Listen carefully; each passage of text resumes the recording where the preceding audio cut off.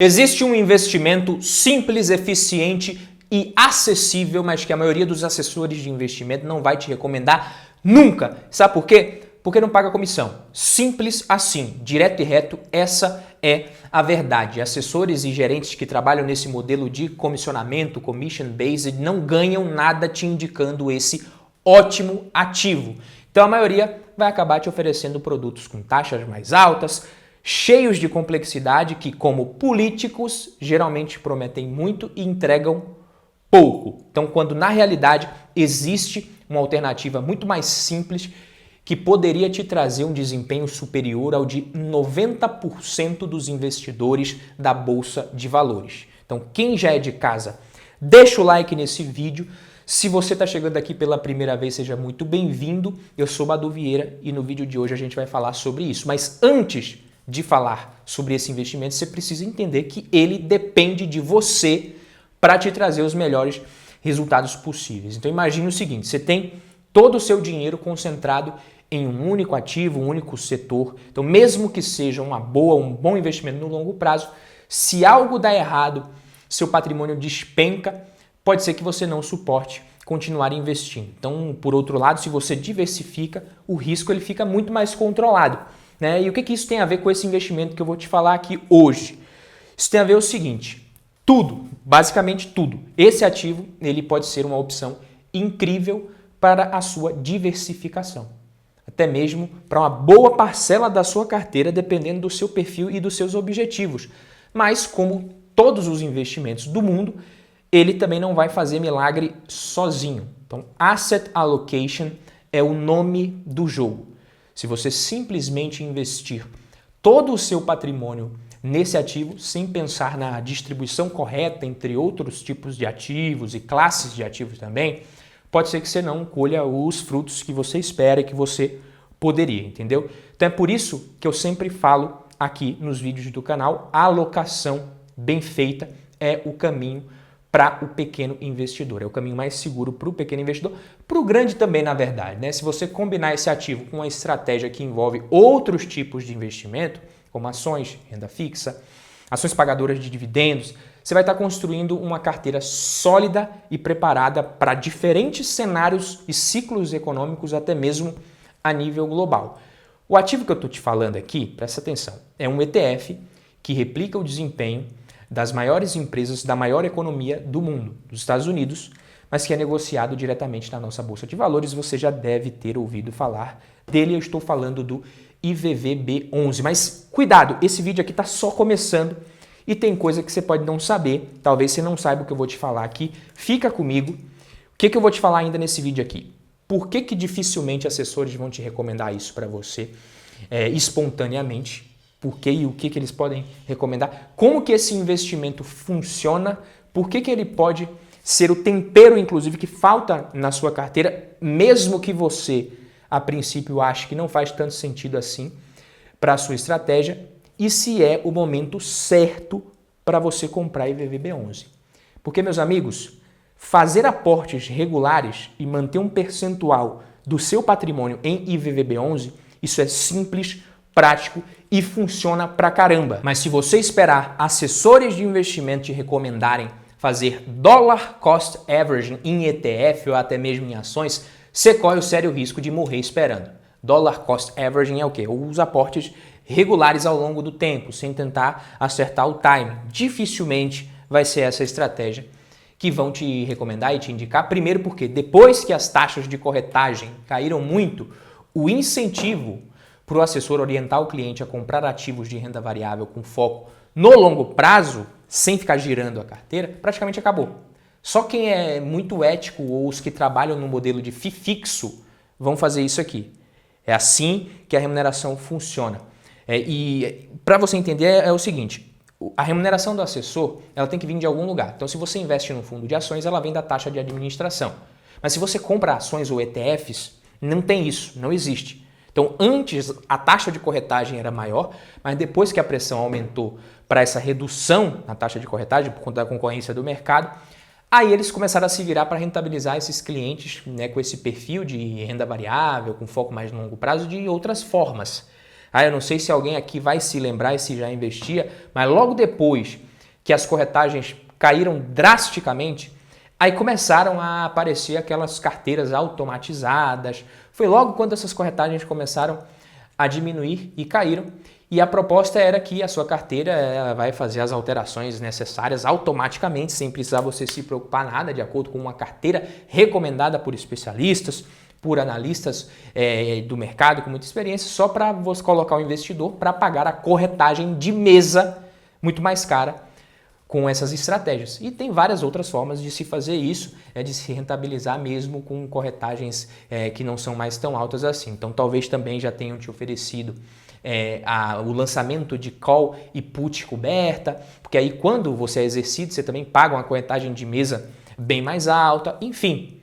E aí quando o cliente vai lá e pede para ter uma exposição, cliente leigo, pede para ter uma exposição internacional, aí tem chance do assessor te oferecer um COI clássico, né, que eu já disse que a maioria perde até para o Tesouro Direto, e na melhor das hipóteses, fundos de investimento no exterior, né, com alocação internacional, que dos piores talvez seja o menos pior aqui, mas só que tem taxas mais altas, liquidez menor e nem sempre bate esse queridíssimo ETF. Então o motivo é simples, é esse aqui, tá? O assessor ele não é remunerado quando o cliente faz algo parecido com o buy and hold e não fica girando a carteira de investimentos o tempo todo. E aqui é um parêntese, eu vou até defender os assessores que fazem um bom trabalho e deixar claro, como eu deixei nos outros vídeos também, que apesar da XP ser a maior e chamar mais atenção, não tenho nada contra a XP. Isso aqui acontece em todas as corretoras praticamente, então não é algo pessoal, é algo desse mercado, é assim. Então não adianta você ficar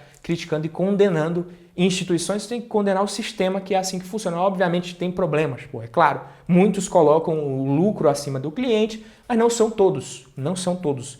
E aí o investidor, você não pode ficar condenando a classe de profissionais. Por isso, muito provavelmente você não vai ter sozinho o mesmo resultado que você teria com um bom profissional de investimentos te ajudando. Um profissional realmente ético, um bom profissional. E também vai poupar muito do seu tempo. É isso que você tem que entender. Não é que é de graça ou não é, quanto que é, não interessa.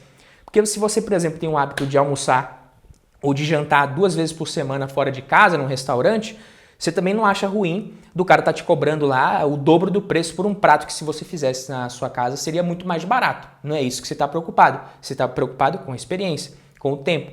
Enfim, investimentos é a mesma coisa. Se pode, paga. Se não pode, vai fazer você e acabou. Então, o modelo de FII fixo, por exemplo, é uma boa até mesmo para bons assessores. Mas, enfim, voltando aqui a falar do IVVB11, que é o que importa. Esse ETF segue o IVV, que é um dos maiores e mais respeitados ETFs do mundo e oferece a você a chance de você investir nas 500 maiores empresas dos Estados Unidos, como eu falei, como Apple, Microsoft, Amazon, Nvidia e muitas outras, sem complicação e com taxas de administração baixas. Tá? É uma forma simples e eficiente de diversificar os seus investimentos globalmente, diretamente, na Bolsa Brasileira, se você quiser. Então, muita gente não gosta desse tipo de ativo porque não paga dividendos, enfim, porque não quer investir fora, enfim. A galera que está montando, às vezes, uma carteira com foco em dividendos costuma não se interessar muito, costuma focar mais em pagadoras de dividendos, empresas do setor elétrico, bancos aqui, mas deveria se interessar, tá? Porque quem tivesse investido nesse índice teria superado 90% dos investidores do mundo de todos os tempos. O que eu quero dizer é, se você conseguir obter os retornos médios do mercado de ações americano e você faz isso apenas investindo em um ETF com baixa taxa de administração, como esse, como o IVV e até mesmo o IVVB11, qualquer um que fizer isso por um período de 15 a 20 anos ou mais, muito provavelmente vai superar 90% dos investidores, incluindo profissionais. Se você fizer isso por 30 anos, você estará entre os 10% dos investidores mais bem-sucedidos de todos os tempos do mundo. E antes de você me perguntar, Badu, com base em que você está inventando isso, papai? Se você ler o livro do John Bogle, O Investidor de Bom Senso, ou A Psicologia Financeira, do Morgan Housel, ou outros ativos que ele escreveu, com base em estudos e dados, você vai ver que é exatamente isso. Não está errado, não. Mas por que você deveria investir parte do seu patrimônio fora, além disso que eu acabei de falar? Porque talvez você não ache interessante pelo fato de estar sujeito ao efeito de vieses emocionais, cognitivos, ao tomar suas decisões financeiras. Simples assim. Um desses vieses, por exemplo, nos faz ter a ilusão de que existe muito mais segurança ao investir no nosso país, só pelo fato de ser o nosso país. Então, talvez hoje você ache extremamente arriscado investir o seu dinheiro na Argentina ou na Índia, por exemplo, se você nunca ouviu falar desses mercados.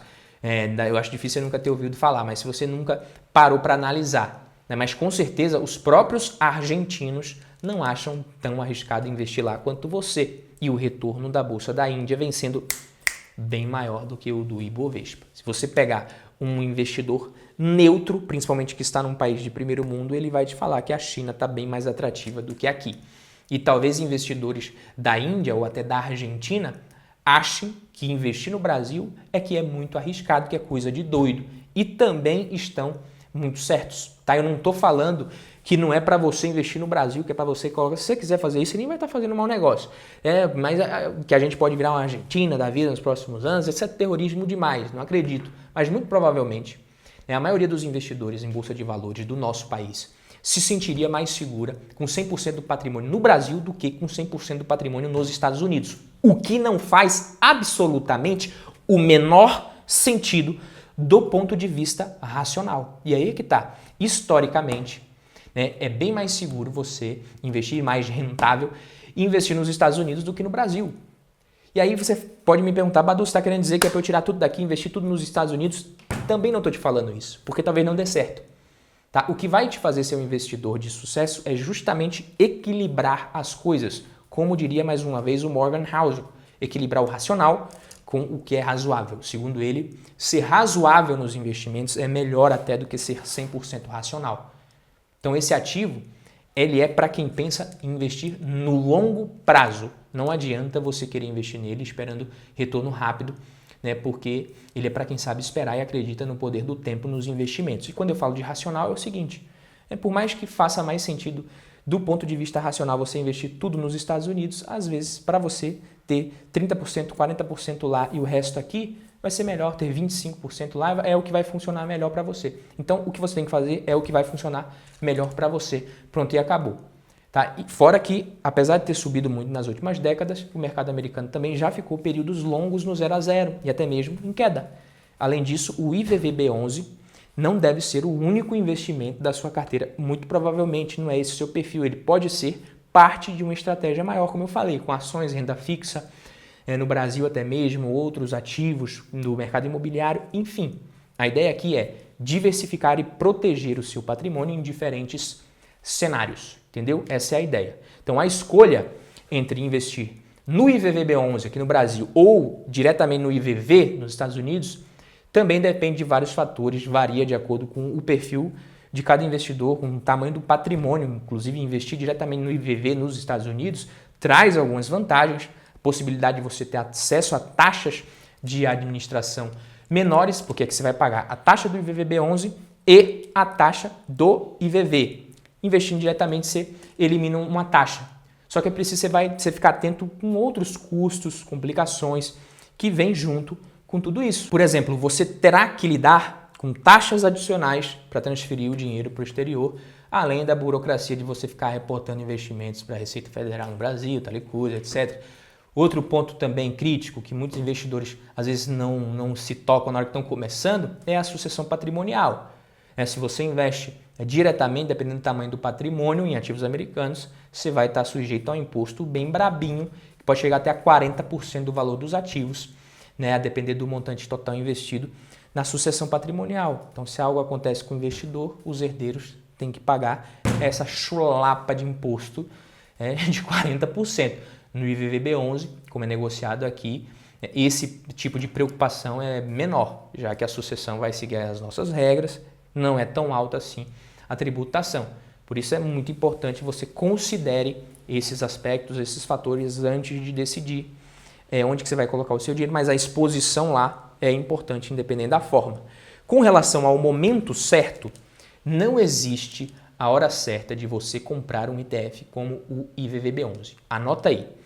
Ficar focando no momento certo de você comprar um ativo como esse, até mesmo outros ativos, de querer acertar o market timing é você focar no menos de 2% que importa, no 1, alguma coisa por cento que importa. Então a gente sempre fala, foca no que importa, foca no que realmente faz sentido, no que realmente faz diferença. O market timing não faz, já ficou comprovado. Como eu falei, a alocação é mais importante. Então é uma boa opção para você, para compor a sua alocação, e não é um investimento para você ficar tentando fazer valuation, até porque é um ETF, ou ficar tentando acertar o timing. A prova disso foi o que aconteceu de 2022 para 2023, por exemplo, quando muitos investidores saíram do IVVB11, achando ali muito provavelmente que a Bolsa Americana estava cara. Se for ver, o número de investidores do ETF, do IVVB11, caiu consideravelmente de um ano para o outro. E o que aconteceu? Depois o índice voltou a subir pra caramba, calando a boca de quem tentou prever o futuro do mercado mais uma vez. Beleza, meus queridos amigos? Então, esse é o investimento que provavelmente não vão ficar te recomendando, mas que bate boa parte do mercado de investimentos e que você deveria considerar. Fico por aqui, um abraço, até o próximo vídeo. Valeu!